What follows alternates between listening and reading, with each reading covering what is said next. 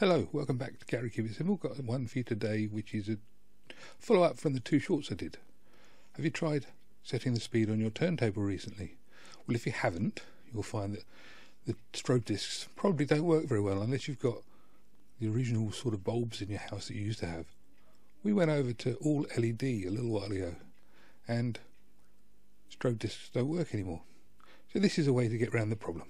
So what I did was went onto Amazon and had a look for some neon indicators. And I found these. They're nice and compact. They've got insulation all round, and they're 220 volts, and they're intended for water heaters. What you can do is quite simply put a mains plug straight onto the leads that come with it, and then plug it into an extension lead.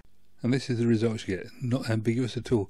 There's the 33, and there's the 45. Just like that. Ever so simple.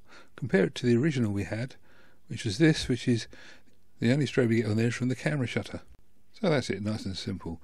If you've got anything from this video, please hit the like or subscribe. And if you've got any questions, please put them in the comments below. And I challenge you, there must be something that you want to know that I can give you the answer to. And you'll find a link in the description for the Amazon product used in this video.